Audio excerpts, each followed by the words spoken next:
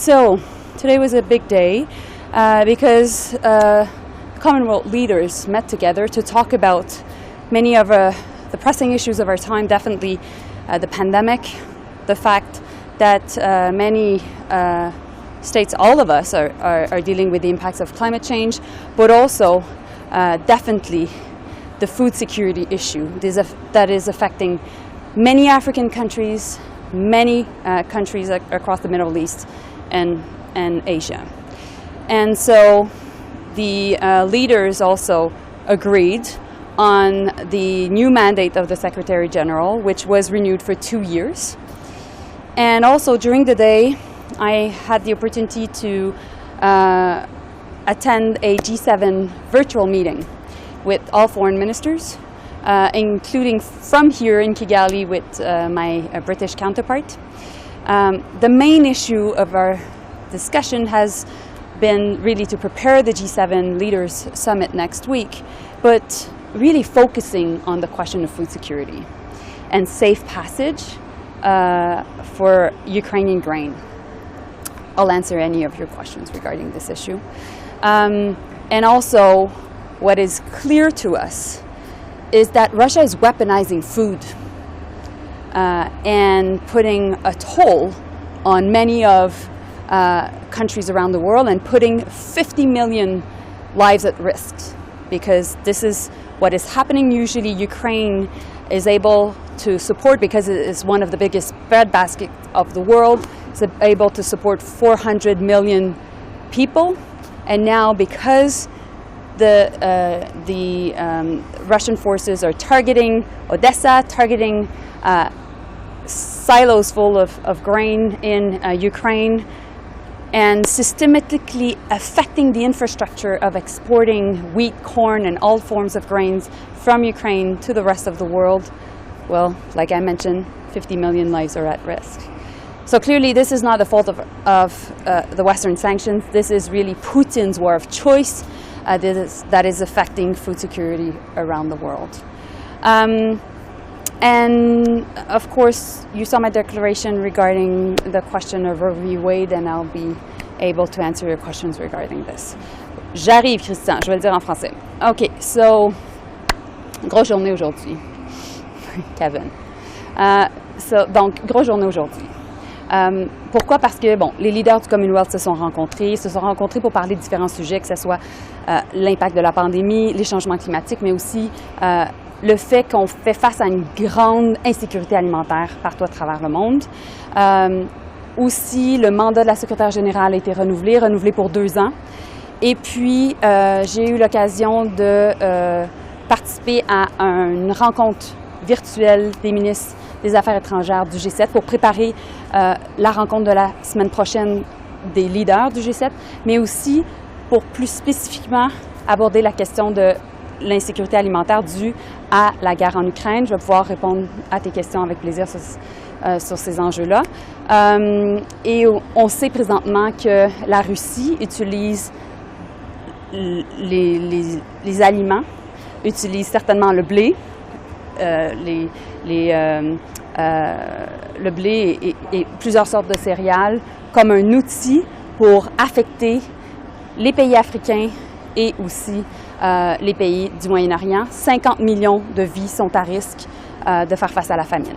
Et aussi, bon, vous avez vu ma déclaration sur la question de l'avortement aux États-Unis, l'arrêt Roe v. Wade, ça va me faire plaisir de répondre aux questions. I'd just like to ask about that statement on Roe versus Wade. Obviously, a very passionately felt statement. But I wonder if you could maybe talk about some specific ways the Canadian government can support women. I'll give you 2.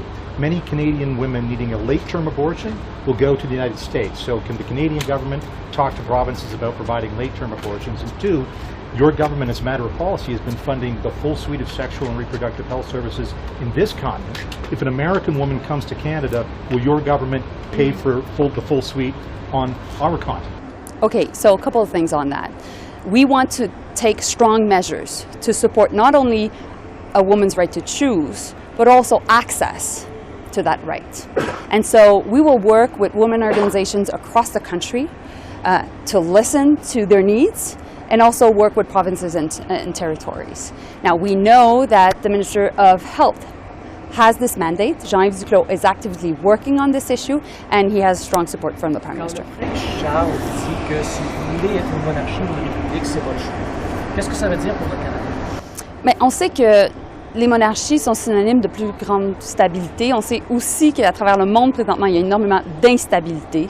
Alors, les Canadiens s'attendent à ce qu'on s'attarde à d'autres enjeux. Et quand on parle des efforts que vous faites notamment pour essayer de convaincre les pays du Commonwealth de ne pas croire la propagande russe, quel genre de réponse vous avez eu au sommet? Quel genre d'avancée vous avez fait? Mais ce qu'on entend beaucoup des pays ici, c'est qu'ils sont préoccupés avec leurs propres enjeux. Ça fait 5 années de suite qu'il y a une sécheresse en Afrique. Les changements climatiques sont ressentis ici. Donc, il y avait déjà des enjeux à cause de la pandémie. On rajoute à cela les impacts de la sécheresse. Et là, le fait qu'il n'y a pas nécessairement de nourriture qui est exportée de l'Ukraine jusqu'ici, ça fait en sorte qu'il y a une énorme anxiété ressentie en Afrique. Et donc, on s'attend à ce que les pays de l'Afrique s'attendent à ce qu'on arrive avec des solutions. Plus tôt cette semaine, je ne sais pas qui d'entre vous m'a posé la question, qu'est-ce qu'on fait pour l'insécurité alimentaire? On a annoncé hier qu'on rajoutait encore plus de financement, 250 millions. On est déjà le 4e pays qui donne le plus pour le programme alimentaire mondial. On veut en faire plus, mais en même temps, en s'attardant à cet enjeu-là, on est capable aussi de contrer la propagande russe, parce qu'on arrive avec des solutions à la table. Écoutez, moi, je suis la personne en charge de la diplomatie au Canada et mon boulot, c'est de faire de la diplomatie. Alors, je suis en négociation constante et après cette magnifique entrevue, j'aurai l'occasion de reparler à mes autres homologues. There's an official opening of the Leaders Summit here, but 25 countries didn't send their heads of government, including big countries like India, South Africa, Pakistan, Australia, New Zealand. So what does that mean for the relevance of what's discussed here, and does it have any impact on the statement that will come out? I can't talk for other countries, but what I can tell you, it is important for Canada to be part of the Commonwealth and to be at that table. It is important that we be at all tables, from the G7 to NATO to la francophonie, and including also the Summit of the Americas, where we were 10 days ago, because it gives us the opportunity to engage with many countries that otherwise we would only see at the UN. So it is important for us to be in listening mode. What's going on in these small island states? What's going on in African countries that are facing drought for 5 years in a row? And how are they dealing with the anxiety of their population? And then the Prime Minister and myself go and talk to the G7 leaders. Because right now, here, the US is not here. China and Russia are not here. But we're here talking to them. Is it disappointing that Prime Minister Narendra Modi chose to meet with China and Russia instead of coming here? That's a question that you should ask to my Indian counterpart. But meanwhile, we're here and we're engaging. In your meetings today, did you... Sorry, Maria, I can't hear you. Sorry, I should speak up. In your meetings today, or the meetings Prime Minister, did you have any progress in convincing skeptics who sat on the fence for the UN resolution on Ukraine? Did you convince anyone? For us, the question of Ukraine is fundamental to our foreign policy. So that's why every time we engage, we raise the issue. And we want to make sure that we get support for what's going on in Ukraine. That's what we did at the Summit of the Americas. That's what I personally did with the CARICOM when we did the CARICOM Canada Summit earlier this winter. And of course, that's what we're doing here. But did you get the sense that you changed any minds today? I think we're how do you say that in English? Headways. So, there's a reckoning that what is happening in Ukraine is having a global impact. And like I mentioned to you, I think earlier this week, we're in the third phase of the war. The first one being preparing for the invasion, the second one being the invasion and its impact within Ukraine, and the third one is now the global impacts. And so I think what countries expect from Canada is that we bring solutions to their problems and that they can be resilient to the global impacts. And then from there, the conversation is easier. Last question. Minister, sorry. No. Minister, I'm wondering how Canada feels about the reappointment of Patricia Scotland, given the controversies during her tenure so far, and what it says about Canada's ability to persuade some of these other nations at the Commonwealth, as you're attempting to do with the situation with Ukraine and Russia. I think we got to a good consensus, which is basically the Patricia Scotland will be there again for the next 2 years. But at the same time, obviously, we are looking for transparency and accountability.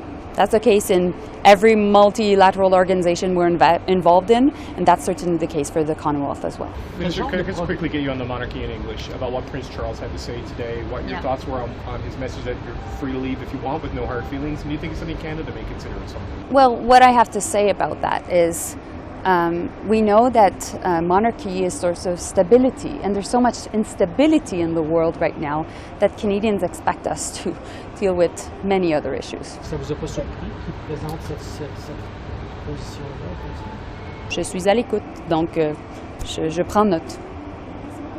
Okay? Thank you. Thank you. Bye. Thanks.